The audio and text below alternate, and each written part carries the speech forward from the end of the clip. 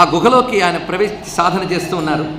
ఆ చేస్తున్న దశలో ఆయనకి కలిగిన సంకల్పం ఏమిటి అంటే, ఈ రమణుల వల్ల నేను ఈ స్థితిలో ఉన్నాను, ఈ గుహలో నేను ఏదైనా ఒక మహారచన చెయ్యాలి అని సంకల్పించుకున్నారు. ఆ సంకల్పమే ఉమాసహస్ర రచన. ఆ గుహలో ఆయన సంకల్పించుకున్నారు, ఇక్కడ నేను రచిస్తాను ఉమాసహస్రం అని. అయితే ఆయన ఇంకో పంతం కూడా పెట్టారు. ఇది పంతం అంటామో, పట్టుదల అంటామో, దీక్ష అంటామో, నియమం అంటామో ఏమో అనుకోండి, మొత్తానికి 20 రోజుల్లో పూర్తి చేస్తాను 1000 శ్లోకాలు అని. అయితే ఇటువంటి సంకల్పాల అహంకారాల వల్ల రావు వీళ్ళకి. గురువుపై అచంచలమైన భక్తి, అమ్మపై అచంచలమైనటువంటి శ్రద్ధా విశ్వాసాల వల్ల ఇటువంటి దృఢమైన దీక్ష ఏర్పడుతుంది. అలాంటి దీక్షతో 20 రోజుల్లో 1000 శ్లోకాలు చెప్తాను అని నిర్ణయించుకున్నారట. 1000 శ్లోకాలు రచించడానికి సిద్ధపడ్డారు. రమణుల వారు ఆశీర్వదించారు. ఇంకా ప్రారంభించారండి. ఈ రచించిన వైనం ఒక అద్భుతం. ఉమాసహస్రం వినడం ఎంత అద్భుతమో, అది రచింపబడినటువంటి నేపథ్యం వినడం అంత అద్భుతంగా ఉంటుంది మనకి. పైగా అమ్మవారు ఎలా ఆవిర్భవించారో వింటే అది రమణీయమైన అంశమే కదా. ఆయన ఆ దివ్యమైనటువంటి గుహను ముందు చెప్తారు ఒక చోట. పుణ్య చూత గుహాసేయం రమణేన మహర్షిన అధిష్ఠిత సేవకానాం పాపహంత్రి విరాజతే అన్నారు. ఈయన సంస్కృతంలో గొప్ప రచన చేశారండి.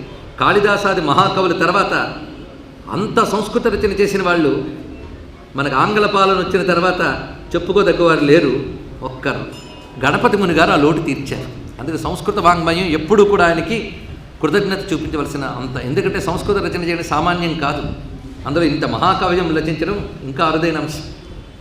ఇందులో చెప్పిన భావం ఏంటంటే, పుణ్యాచూత గుహ, అత్యంత పవిత్రమైన చూత గుహ, రమణులు అధిష్ఠించినటువంటి గుహ గనక ఇది పాపహంత్రి, పాపనాశిని అయినటువంటిది అని. హరసహస్రం శివతత్వం మీద చెప్తే శక్తితత్వంపై ఒక సమగ్ర గ్రంథం రచించాలి అని నిర్ణయించుకున్నారండి. మొత్తానికి ఉమాసహస్రం అంటే శక్తితత్వముపై సమగ్ర గ్రంథము. నిజానికి ఇది సమగ్ర గ్రంథం.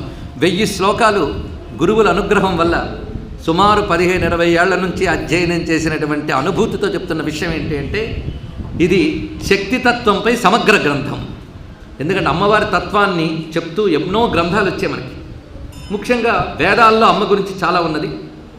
ఉపనిషత్తుల్లో అమ్మ గురించి ప్రత్యేకమైన ప్రస్తావన మనకు కనబడుతున్నది. ఇది కాకుండా మంత్రశాస్త్రం అమ్మ గురించి వివిధ విధాలుగా ఉన్నది.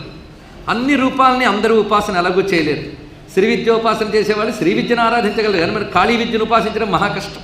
ఇందులో అంగంగా చెప్పుకోగలం కానీ పూర్ణంగా చేయలేరు. అదేవిధంగా అమ్మవారికి దుర్గా విద్యగా చేస్తూ చండీ సప్తశతి ఇత్యాదుల ద్వారా దుర్గా విద్యగా ఆరాధన చేస్తాం. శ్రీ విద్య అంటే లలితగా ఆరాధన చేస్తాం. ఇంకా చెప్పుకోవాలంటే దశమహావిద్యలు ఉన్నాయి.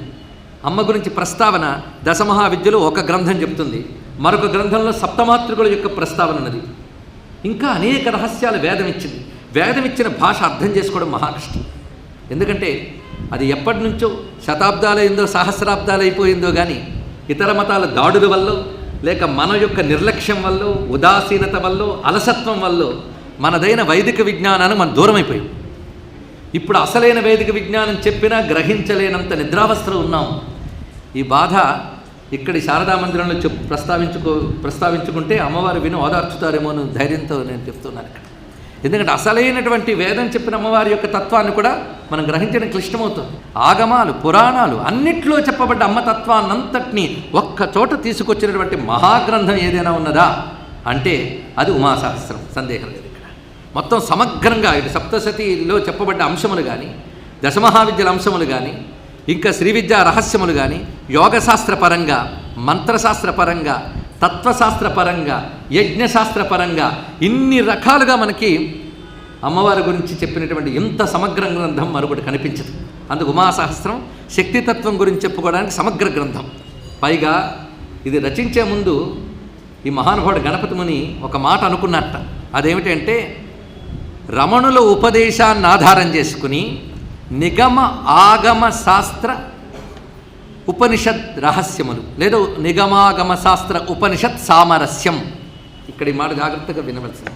రమణుల ఉపదేశాన్ని ఆధారం చేసుకుని, ఎందుకంటే 10 చోట్ల చెప్పిన విషయాలన్నీ కలబోసి 11వది ఒకటి చెప్పినంత మాత్రం ప్రయోజనం లేదండి. అబ్బా ఎంత వాల్యూమ్ పెట్టాడయ్యా అనుకుంటామే తప్ప ప్రయోజనం లేదు. అనేక అంశాలకు చోట పోగు చేస్తే అతడి కష్టానికి మెచ్చుకోవచ్చు, కానీ ప్రయోజనం ఏమిటి? వాటన్నిటిలో ఒక సారభూతంగా ఒక సందేశం ఉండాలి, ఒక సూత్రం ఉండాలి, ఒక సమన్వయం ఉండాలి. అలాంటి సమన్వయం ఏమిటి అంటే అది రమణుల ఉపదేశం. రమణుల ఉపదేశమైనటువంటి బ్రహ్మజ్ఞానం ఉన్నదో ఆ బ్రహ్మజ్ఞానానికి విరుద్ధము కాని పద్ధతిలో అది అనమాట. దానికి విరుద్ధము కాని పద్ధతిలోనూ దానిని సాధించడానికి సానుకూలమైన పద్ధతిలోనూ రెండు అన్నాం ఇక్కడ. బ్రహ్మజ్ఞానముకు విరుద్ధము కానిది, బ్రహ్మజ్ఞానము సాధించడానికి అనుకూలమైన పద్ధతి. దీనితో అప్పటి వరకు మన భారతీయ ఋషులిచ్చిన నిగమ ఆగమ శాస్త్రములు ఉపనిషత్తులు వీటి సామరస్యముతో రచిస్తున్నాను అన్నారు ఇక్కడ. అంటే ఉపనిషత్తు నిగమాగమములు వీటి సామరస్యంలో రచిస్తున్నాను. అంతేకాదు స్తుతి కావ్యోపనిషత్ క్రమం మనం మరొక మాట అన్నారు. ఇందులో 3 లక్షణాలు ఉన్నాయి ఉమాశాస్త్రంలో: స్తుతి, కావ్యము, ఉపనిషత్ క్రమం అన్నారు. ఇది క్రమంలో ఉన్నాయన్నారు ఇక్కడ. అంటే అమ్మవారి స్తోత్రం ఇది. స్తోత్రం అనగానే స్తోత్రంలో ఉండవలసిన సులక్షణాలన్నీ ఉన్నాయి. స్తోత్రానికి ఉండవలసిన లక్షణం ఏమిటి అంటే దేవి యొక్క గుణములు వైభవములు కీర్తించబడాలి. అదేవిధంగా మంత్రమయం అయి ఉండాలి. స్తోత్రం అనేది మంత్రమయం అయి ఉండాలి. మంత్రం అనే దానికి మనం అనేక మార్లు అర్థం చెప్పుకున్నాం. ఆ శబ్దానికి శక్తి ఉంటే అది మంత్రం, మరొకటి కాదు. అది విన్నా అన్నా దానివల్ల మనకి వెంటనే ప్రయోజనం లభిస్తే అది మంత్రం అని పేరు. అలానే మంత్రమయమైన శబ్దమైతేనే స్తోత్రం అనగా అది అర్హత. కేవలం పొగడ్త మాత్రం చేత చాలదు. అందుకే స్తుతి అయి ఉండాలి, కావ్యమై ఉండాలి.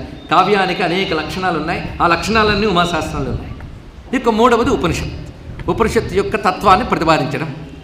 ఈ 3 లక్షణములతో చూపించారు. పైగా బీజాక్షర మంత్రబద్ధం. నేను వాడినవన్నీ ఉమాశాస్త్రం గురించి మహాత్ములు చెప్పిన శబ్దములు ఇప్పటివరకు నేను చెప్పినవి. ఒకటి నిగమాగమ శాస్త్రోపనిషత్ సామరస్యం, స్తుతి కావ్యోపనిషత్ క్రమం, బీజాక్షర మంత్రబద్ధం. ఇలా రచించేట మొత్తం ఉమాశాస్త్రాన్ని. ఎన్ని కోణాలు చూడండి. కేవలం సాహిత్య దృష్టిన లాభం లేదు.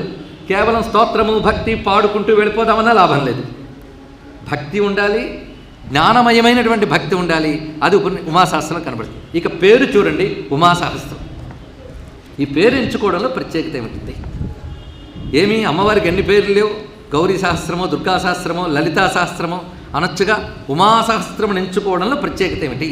అది నేను అసలు కథ వచ్చేటప్పుడు, అమ్మవారి స్తోత్రం ప్రారంభమయ్యేటప్పుడు ఉమానామం యొక్క విశేషం ఎలాగో చెప్తాను. కానీ ఉమా అని ఎందుకు ఎంచుకున్నారు అంటే ఉపనిషత్తుల్లో అమ్మవారికి చెప్పబడ్డ నామం ఉమా, మరొక ఏం పేరు లేదు ఉపనిషత్తుల్లో. ఉపనిషత్ ప్రసిద్ధ ఉమా అని మాట ఉన్నది. ఉపనిషత్తుల్లో అమ్మవారి పేరు ఉమా అని మాత్రమే చెప్పబడింది. ఇది ఈయన ఉపనిషత్ పరమార్థాన్ని చెప్పబోతున్నాడు. ఎందుకంటే అన్నీ వెళ్ళి కలవలసింది అక్కడ. అది ఇంకా రాలేదు అంటే ఇంకా కొన్ని జన్మలు ఉన్నాయని అర్థం. అది అందుకోవడమే పరమార్థం దేనికైనా. కనుక ఉపనిషత్తుల్లో చెప్పబడ్డ అమ్మనామం ఏమిటి అంటే ఉమా. ఇంకా మిగిలినవి విశేషణములుగా చెప్పారే తప్ప పేరుగా చెప్పబడింది ఉమా. ఈ పేరు ఉపనిషత్తుల్లో చెప్పారంటే ఉపనిషత్తులు ఎవరు చెప్పారు? ఉపనిషత్తులు అమ్మే చెప్పుకుంది, అదొక ప్రత్యేకత. ఉపనిషత్తులు ఎవడ ఋషి వీడి పేరు ఉమా అని చెప్పలేదు. ఆవిడ చెప్పింది నా పేరు ఉమా అని. ఎక్కడ చెప్పింది అంటే కేనోపనిషత్తులో చెప్పింది. ఈ కేనోపనిషత్తు ఎక్కడిది అంటే సామవేదంలోది. ఇది సామవేదంలో తలవకార శాఖకి చెందినటువంటి కేనోపనిషత్తులో వస్తుంది. అక్కడ అమ్మ పేరు ఉమా అని ప్రస్తావన చేయబడుతుంది. అందుకు ఉపనిషత్ ప్రసిద్ధమై ఉన్న ఆ తల్లి పేరుని తీసుకున్నారు ఇక్కడ.